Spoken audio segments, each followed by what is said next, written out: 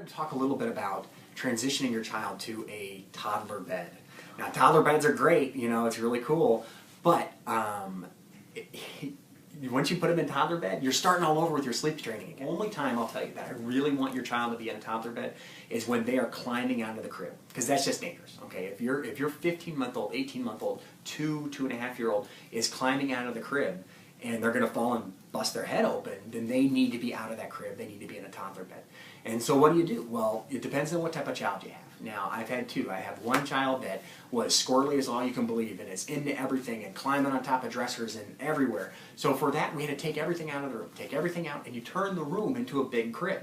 So there's nothing in there that could hurt them. There's nothing they can play with. And you just put them in the bed. And then after a while, as they show you that they can be safe in there, then you can start adding some soft stuff and then some hard stuff. Make it, so that it's like a bigger crib for them.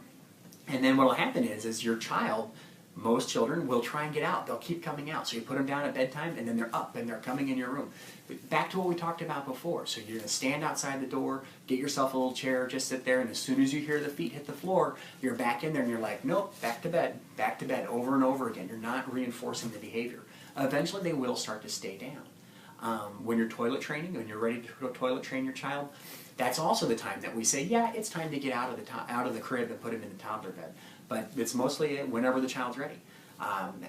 Also, with other kids that are more chill, that are fine just sitting in the bed, they seem to listen to you. I was thankful enough to have one of those too. Then you can have toys in there from the beginning. But you've got to feel it out. You have to see how they do.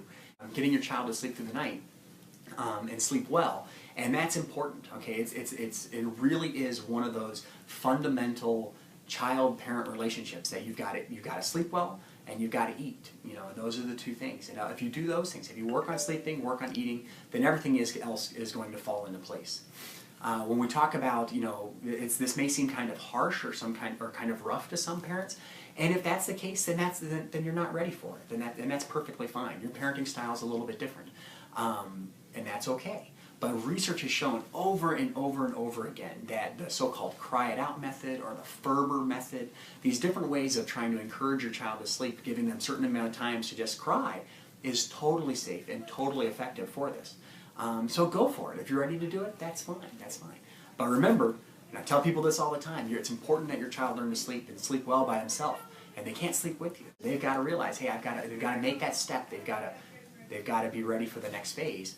And you can't do that if you're still sleeping with your parents or sleeping not through the night.